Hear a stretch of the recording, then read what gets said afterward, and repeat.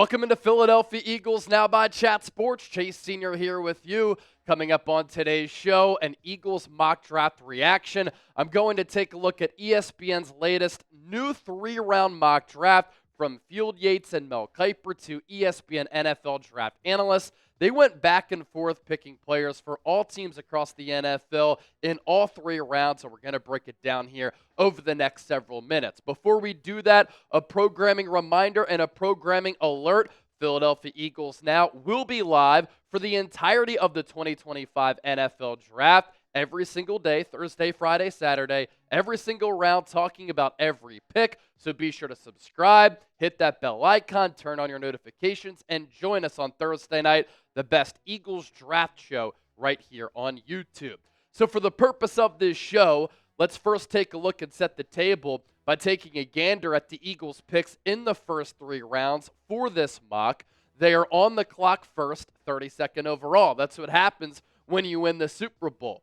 Back on the clock in the second round at 64 overall, and then Howie Roseman will have a 3rd-round selection at his disposal at number 96.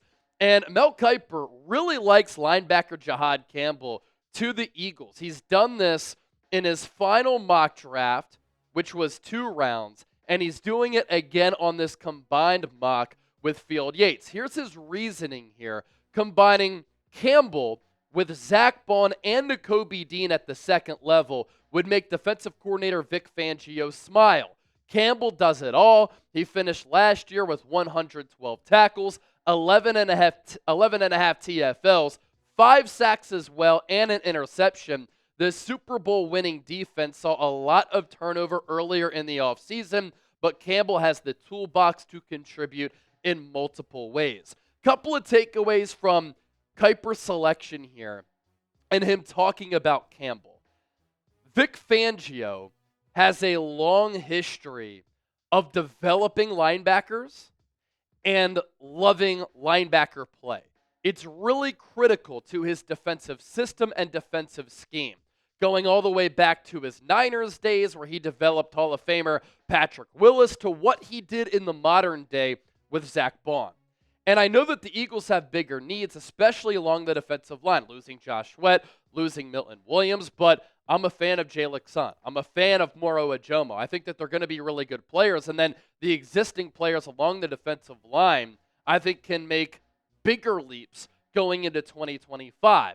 What did Howie Roseman also do? Sign Josh Uche, who's 26 years old, and Azeez Ojulari at 24 years old. I think Philadelphia should still add players at defensive tackle and edge rusher, but do they absolutely need to do that at 32nd overall? I don't think they absolutely need to. I like some players at defensive tackle and edge, like Walter Nolan or a James Pierce and others, but if the Eagles stick to best player available, Jihaad Campbell might be that guy, and he could be a critical component to what Vic Fangio wants to do at linebacker, and we still don't know when Nakobe Dean is going to come back. Here's where Campbell has landed on some notable big boards in the lead up to the draft, which is coming up in 2 Thursdays.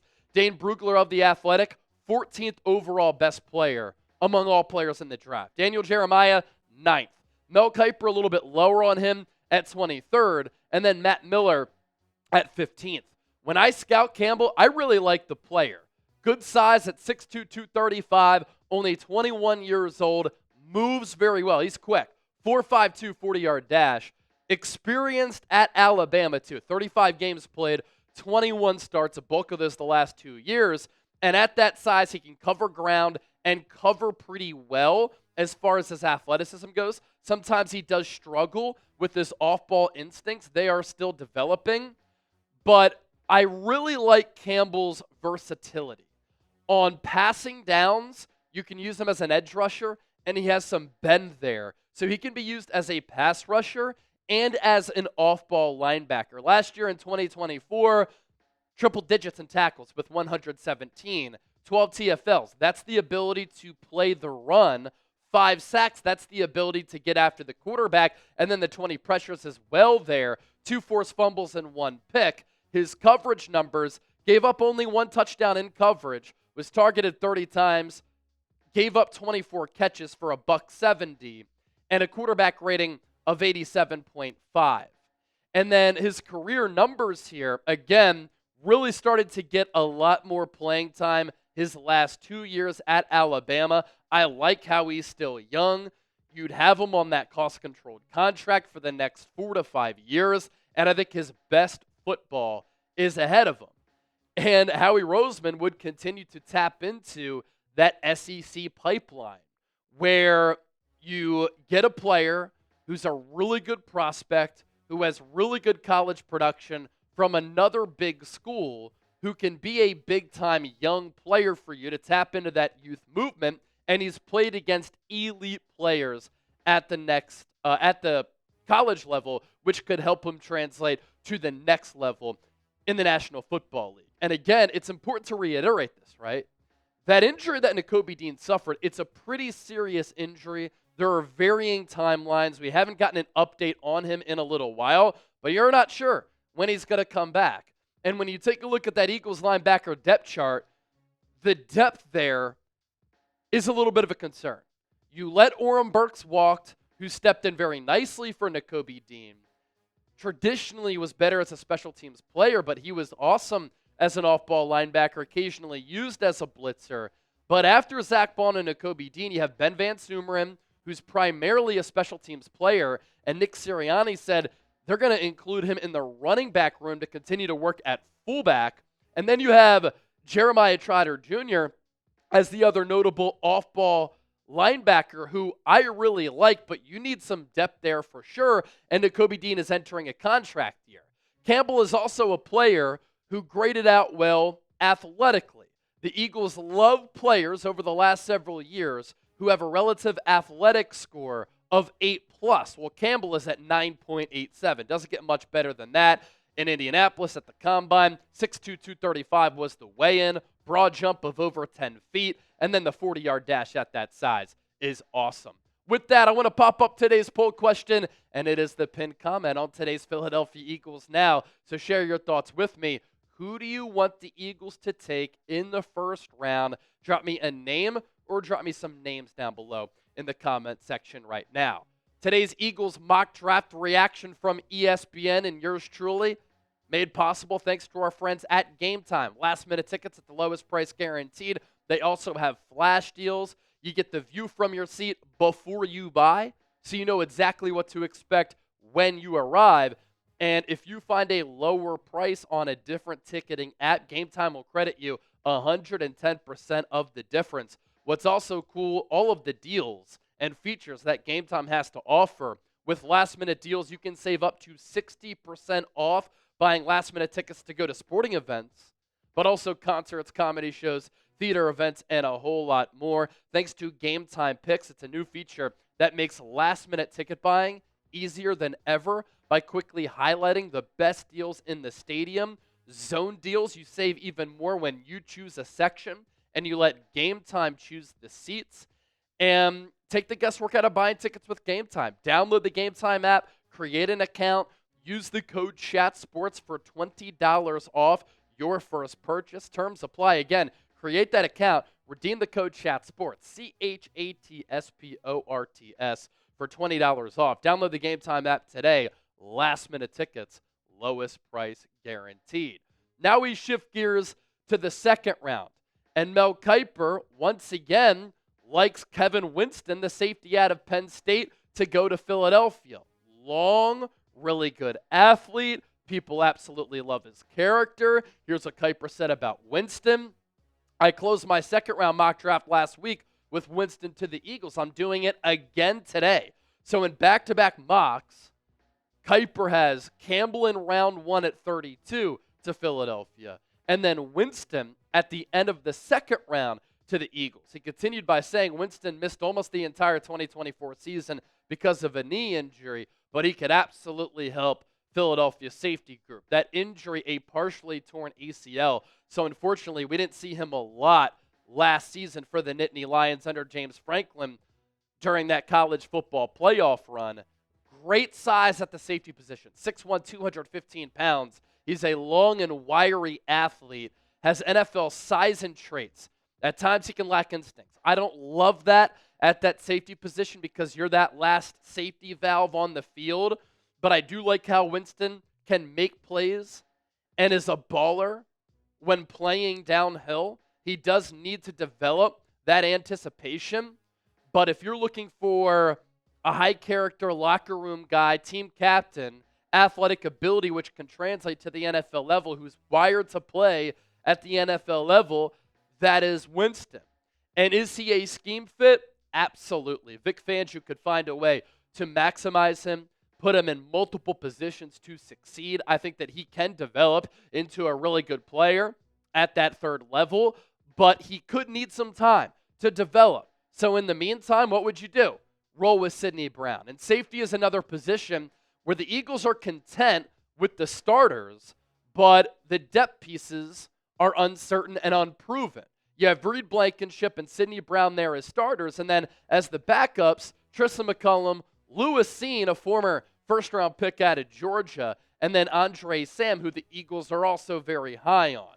Now, last year, Winston only played in 3 games, did have 13 tackles in those 3 games. That's a good average per game on a tackle basis. In 2023, more of a larger sample size there.